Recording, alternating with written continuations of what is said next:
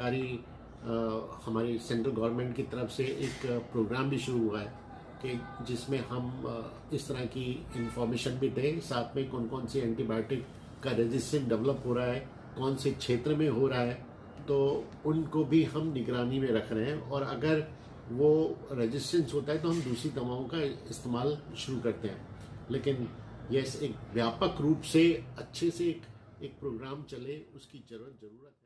आप देख रहे हैं कर्तव्य एवं निष्ठा का बयान, साहित्य और संस्कृति का बयान, समता की आवाज बयान टीवी। नमस्कार, मैं साक्षी गौतम और आप देख रहे हैं हिंदी बयान। स्वास्थ्य चर्चा में आपका हार्दिक स्वागत है। रोग से जल्दी निजात पाने के लिए एंटीबायोटिक दवाएं लेना या फिर इन दवाओं का कोर्स पूरा ना करना शरीर पर इनके प्रभाव को कम कर रहा है। देश में 42% लोग सिर दर्द, फ्लू, वायरल और दर्द के लिए बिना डॉक्टर की सलाह के दवाएं लेते हैं, जिससे ओवर द काउंटर ड्रग्स या OTC दवाएं कहा जाता है। खुद डॉक्टर बनने की आदत हमें बीमार और बहुत बीमार करने के लिए काफी है, जिसका असर 1 या 2 दिन में नहीं बल्कि 3 या 4 साल के अंदर नजर आता है। आमतौर पर जल्दी ठीक होने की प्रवृत्ति लोगों में बिना डॉक्टर की सलाह से एंटीबायोटिक दवाओं का इस्तेमाल करने की आदत दिन प्रतिदिन बढ़ती ही जा रही है। ऐसा नहीं कि यह सब व्यक्तिगत स्तर पर हो रहा है, बल्कि अस्पतालों में भी एंटीबायोटिक दवाओं का प्रयोग अधिक हो रहा है। ऐसे लोगों को एंटीबायोटिक दवाएं दी जा रही हैं जिन्हें बैक्टीरिया इन्फेक्शन है ही नहीं, जिसका परिणाम यह होता है कि रोग फैलाने वाले बैक्टीरिया अब एंटीबायोटिक दवाओं को ही धोखा दे रहा है। ऐसे में पत्रकारिता का दायित्व निभाते हुए मैंने वर्धमान महावीर मेडिकल कॉलेज के कम्युनिटी मेडिसिन विभाग अध्यक्ष डॉक्टर जुगल किशोर से एंटीबायोटिक दवाओं पर चर्चा की। डॉक्टर साहब, अक्सर MBBS, MD डॉक्टर अपनी निजी क्लिनिक चलाने के लिए एवं मरीज को जल्दी ठीक करने के लिए एंटीबायोटिक शुरू कर देते हैं। आखिर एंटीबायोटिक का हमारे शरीर पर क्या प्रभाव पड़ता है? ये प्रश्न बहुत इम्पोर्टेंट है।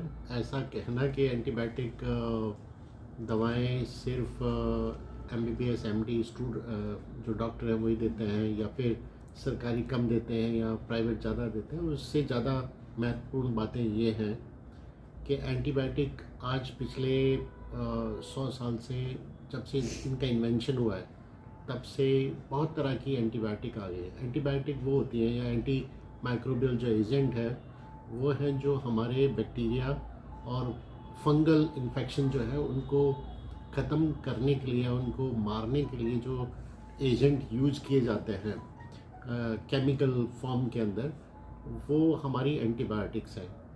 तो ये एक तरह का बहुत बड़ा इन्वेंशन भी माना जा सकता है कि हम ऐसी दवाओं की वजह से बहुत सारी जो बीमारियां हैं जो बहुत ज़्यादा फैल सकती हैं उनको हम कंट्रोल कर पाते हैं।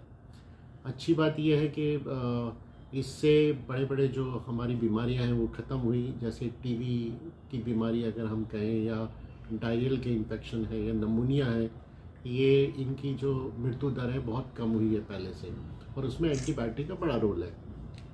लेकिन एंटीबायोटिक जब ये मिलना शुरू हुई और फिर ऐसे क्षेत्रों में गई जहाँ पर डॉक्टर नहीं है, तो जो डॉक्टर हमारे यहाँ पर झोला छाप डॉक्टर बहुत हैं।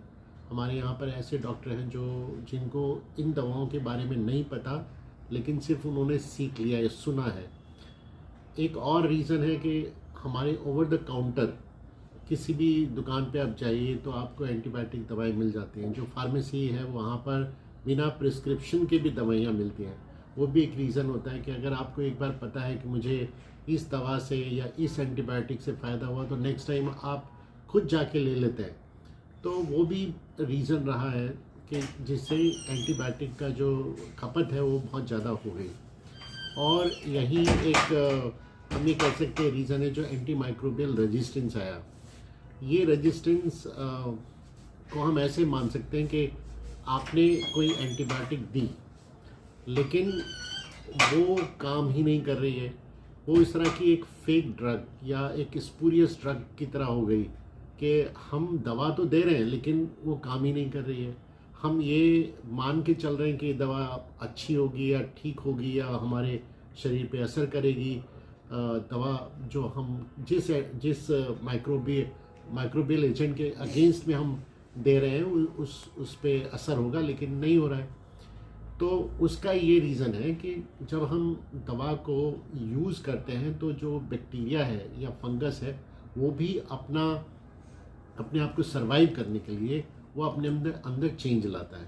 तो जिन चीज़ों शरीर के ऊपर जिस जगह पर एंटीबायोटिक जाके असर करती है उनके माइक्रोबियल एजेंट के ऊपर वो बदल जाते हैं या उसमें म्यूटेशन होता है या उसको, क्योंकि वो अपने आप को सर्वाइव रखना चाहता है। तो यही हुआ कि अगर हम अननेसेसरी दवाइयाँ दें लोगों के अंदर, हर व्यक्ति अगर यूज़ कर रहा है, तो क्या होगा कि हमारे जो बैक्टीरियाज हैं वो उसके मारने की जो शक्ति है उसको समझ लेते हैं या उसकी प्रक्रिया को समझ लेते हैं और वो अपने अंदर बदलाव ले आते हैं। तो एंटी माइक्रोबियल रेजिस्टेंस की एक इशू आ गया और पूरे वर्ल्ड के अंदर करीब 13 लाख लोगों की मृत्यु होती है सिर्फ एंटी माइक्रोबियल रेजिस्टेंस। ये तो सिर्फ आंकड़े हैं जो नोन है। जो अगर हम इंडिया की सिचुएशन देखें तो बहुत सारे ऐसे पेशेंट मिलेंगे जहाँ पर दवाइयाँ ले रहे हैं लेकिन उनको असर नहीं हुआ और मर गए, या फिर ऐसे जो रिकॉर्ड में ही नहीं आते। हमारे यहाँ पर बहुत रिकॉर्ड इतना अच्छा नहीं है तो उसकी वजह से बहुत सारे लोग मरते होंगे जिनका इलाज चलते हुए भी, लेकिन हमारा रिकॉर्ड उसके। डॉक्टर साहब, कुछ डॉक्टर ऐसे भी हैं जो वायरल फीवर होने पर भी एंटीबायोटिक दे देते हैं। ऐसी स्थिति में मरीज के शरीर पर क्या प्रभाव पड़ेगा? बिल्कुल, जैसा कि एंटी माइक्रोबियल में जो बैक्टीरियल और फंगल इन्फेक्शन के लिए एंटीबायोटिक्स हैं, जितनी हमारी एम्पिसिलिन ग्रुप हो गया, पेनिसिलिन ग्रुप है या सेफ्लोस्पोरिन ग्रुप है या फ्लोक्सासिलिन ग्रुप है, ये और हमारे जो इंटेस्टाइन के ऊपर काम करती हैं वो अलग हैं। हर जगह के लिए डिफरेंट एंटीबायोटिक्स बनी है। अब एंटीबायोटिक एंटी वायरल नहीं होती या एंटीबायोटिक एंटी फंगल नहीं होती। अब क्या है कि अगर हमारे को खांसी जुकाम है, ज़्यादातर हमारे को ये खांसी जुकाम वायरल इन्फेक्शन होता है। वायरल इन्फेक्शन में हम अननेसेसरी एंटीबायोटिक दें तो ऑब्वियसली उसका मिसयूज़ हो रहा है और वो हमारे अंदर जो बैक्टीरियाज हैं उनको किल कर रही है। उनको किल करने की वजह से जो हमारे अंदर जो कमेंशियल बैक्टीरियाज होते हैं या ऐसे बैक्टीरिया होते हैं जो यूज़फुल होते हैं इंटेस्टाइन के अंदर, वो मर जाते हैं, तो डायरिया हो जाता है।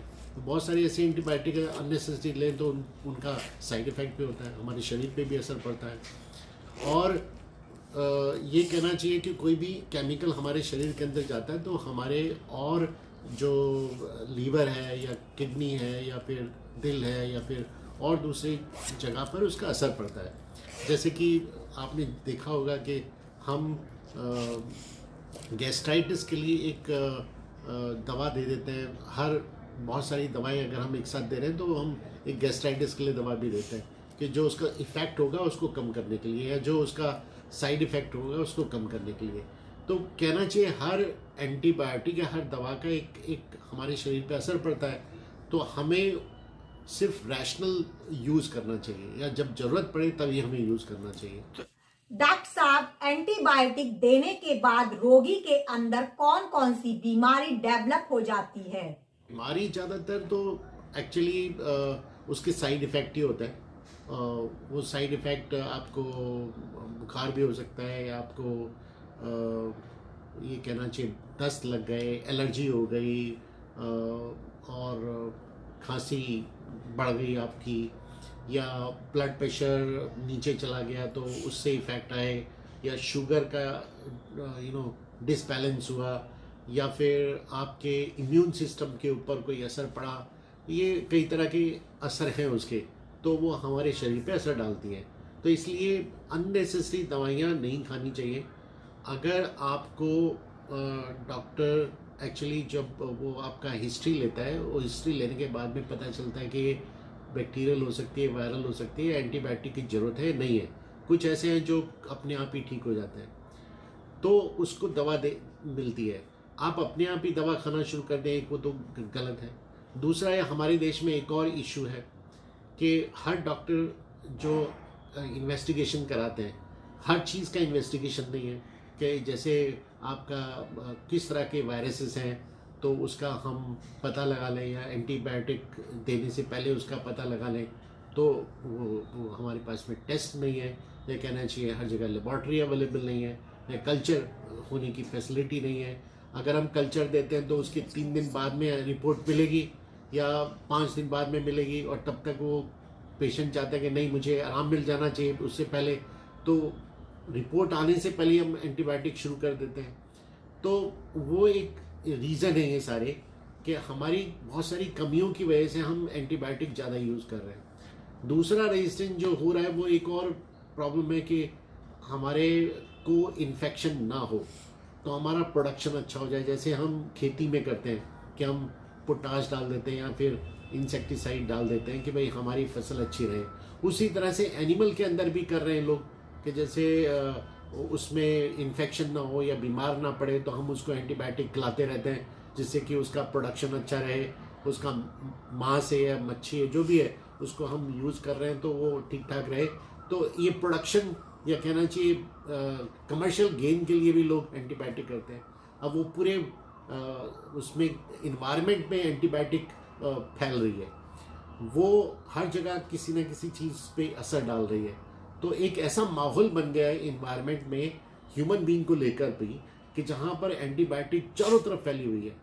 तो जब वो ऐसे फैलती है तो डेफिनेटली रेजिस्टेंस और बढ़ेगा, और उससे ये होगा कि एक ऐसा वक्त आएगा कि जो बहुत ही इम्पॉर्टेंट दवाइयाँ हैं वो काम नहीं कर पा रही हैं, है ना।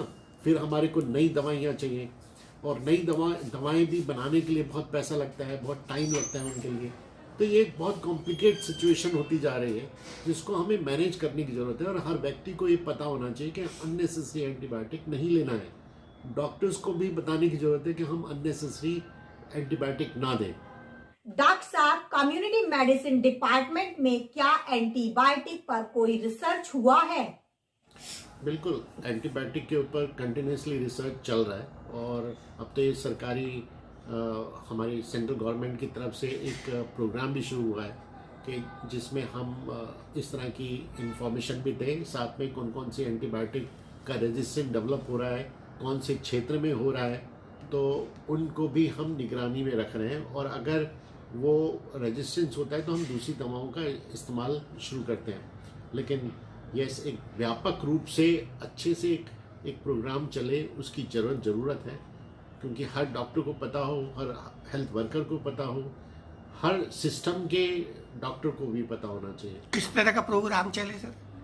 जैसे national anti microbial resistance prevention programme है ना, ये रेजिस्टेंस हो ही ना, उसके लिए क्या क्या करना है, तो हमें एजुकेशन देना है, हमारे पास में सिस्टम होना चाहिए पता लगाने के लिए, हमारे पास में उनके अगेंस्ट में नए मॉलिक्यूल्स डेवलप करने के लिए या एंटीबायोटिक डेवलप करने के लिए तरीके होने चाहिए।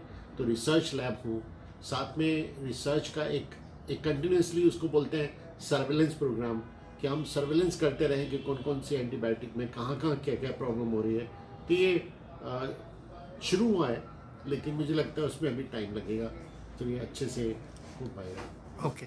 साथियों, आपको ये स्वास्थ्य चर्चा हमारी कैसी लगी, हमें नीचे दिए गए कमेंट्स बॉक्स में लिखकर जरूर बताएं। मिलते हैं फिर एक इसी तरह की नई स्वास्थ्य चर्चा के साथ, तब तक के लिए दीजिए